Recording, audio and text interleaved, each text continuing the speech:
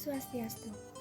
Halo, perkenalkan nama saya Desa Madepun Pradjani, nomor absen 6 dari kelas 11 IPA 1. Pada kesempatan kali ini saya akan melaksanakan sebuah praktikum tentang faktor-faktor apa saja yang mempengaruhi laju reaksi.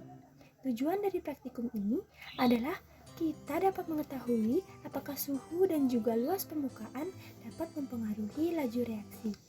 Nah, dasarnya adalah berdasarkan teori tumbukan partikel, dan dasar teorinya saya memperoleh melalui referensi seperti buku LKS, buku paket, dan juga internet. Jadi, sebelum kita melaksanakan praktikum, ada baiknya dulu kita mengenal apa definisi dari laju reaksi. Laju reaksi dapat didefinisikan sebagai laju bertambahnya konsentrasi per reaksi atau laju berkurangnya konsentrasi hasil reaksi dalam satuan waktu. Nah, ada 4 faktor-faktor yang dapat mempengaruhi laju reaksi. Yang pertama ada konsentrasi, kedua suhu, 3 luas permukaan sentuh, dan keempat katalis. Baik, sebelumnya kita harus mengenal dulu apa bahan-bahan yang perlu dipersiapkan untuk melaksanakan praktikum ini. Untuk alat yang digunakan adalah gelas kaca dan juga stopwatch untuk menghitung waktu. Sedangkan untuk bahan yang diperlukan adalah air yang bersuhu panas, air yang bersuhu sedang, dan air yang bersuhu dingin. Bahan terakhir adalah tablet vitamin. Baik, setelah semua alat disiapkan, mari kita mulai praktikumnya. Pertama, tuangkan air dingin ke gelas kaca, lalu masukkan tablet vitamin ke dalam air dingin tadi,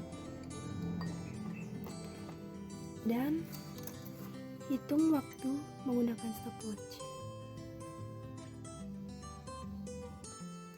Terlihat tablet vitamin tidak bergerak. Nah, apa kira-kira yang menyebabkan tablet vitamin ini tidak bergerak? Dan ternyata yang mengakibatkan tablet vitamin ini tidak bergerak adalah energi kinetik yang sangat kecil karena suhu yang sangat dingin atau suhu yang sangat kecil, dan sehingga tidak memungkinkan adanya tumbukan dan kemungkinan laju reaksinya berjalan lama atau lambat. Nah, waktu yang dibutuhkan untuk melarutkan tablet vitamin ke dalam air yang bersuhu dingin adalah 35 menit 10 detik. Nah, waktu yang cukup lama itu karena air dalam gelas ini bersuhu rendah sehingga energi kinetik pada partikel-partikelnya juga rendah, sehingga kemungkinan untuk terjadinya tumbukan itu sangat kecil dan laju reaksi yang terjadi sangatlah lambat. Selanjutnya, masukkan air yang bersuhu sedang ke dalam gelas kaca. Kemudian, masukkan tablet vitamin ke dalam air tadi dan hitung waktunya.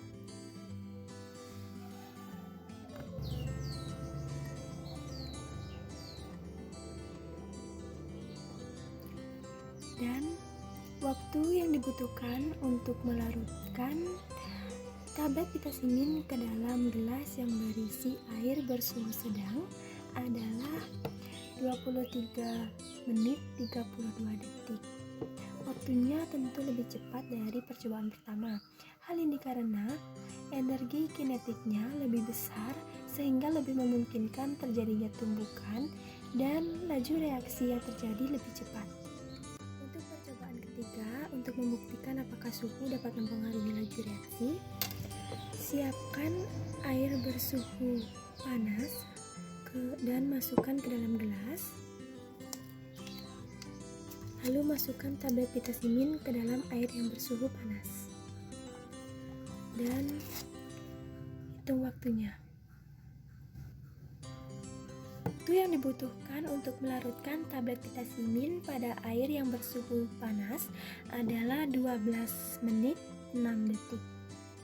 Waktunya cepat, hal ini karena air yang digunakan untuk melarutkan partikel pitacimin ini bersuhu panas, sehingga energi kinetik pada partikel juga tinggi dan memungkinkan untuk sering terjadi tumbukan, sehingga laju reaksi yang terjadi cepat. Baik, untuk membuktikan apakah luas permukaan sentuh dapat mempengaruhi laju reaksi, kita siapkan air yang bersuhu sedang, lalu masukkan tablet pitacimin yang utuh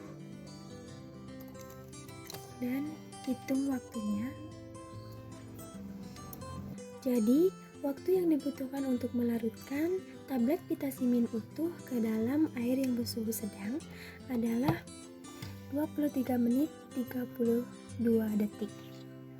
Selanjutnya, untuk percobaan kedua, siapkan air yang bersuhu sedang, lalu masukkan tablet pitacimin yang sudah digerus atau sudah dihaluskan.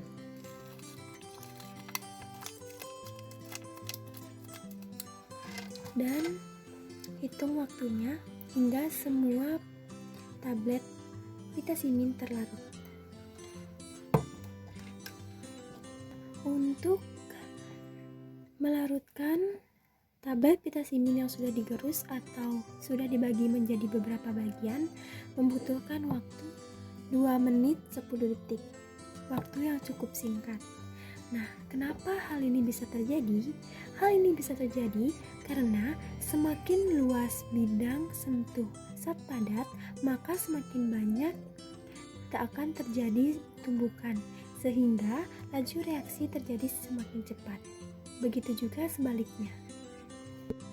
Nah, dari semua percobaan yang telah kita lakukan, dapat disimpulkan pertama bahwa jika suhu dinaikkan atau suhunya tinggi, maka energi kinetik partikel-partikel juga tinggi, sehingga tumbukan sering terjadi dan laju reaksinya menjadi cepat. Sedangkan jika suhu diturunkan, maka energi kinetik partikel-partikel juga turun, sehingga tumbukan jarang terjadi dan laju reaksinya lambat. Yang kedua, semakin luas bidang sentuh, maka semakin besar energi kinetik pada partikel-partikel, sehingga tumbukan sering terjadi dan laju reaksi yang terjadi cepat. Begitu juga sebaliknya, semakin kecil bidang sentuh, maka energi kinetik juga kecil, sehingga tumbukan yang terjadi jarang dan laju reaksinya lambat. Sekali lagi dapat disimpulkan bahwa suhu dan juga luas permukaan sentuh sangatlah mempengaruhi laju reaksi. Nah, sekian yang dapat saya sampaikan. Jika ada kesalahan kata, mohon dimaafkan. Akhir kata saya ucapkan terima kasih dan Om Santi Santi Santi Om.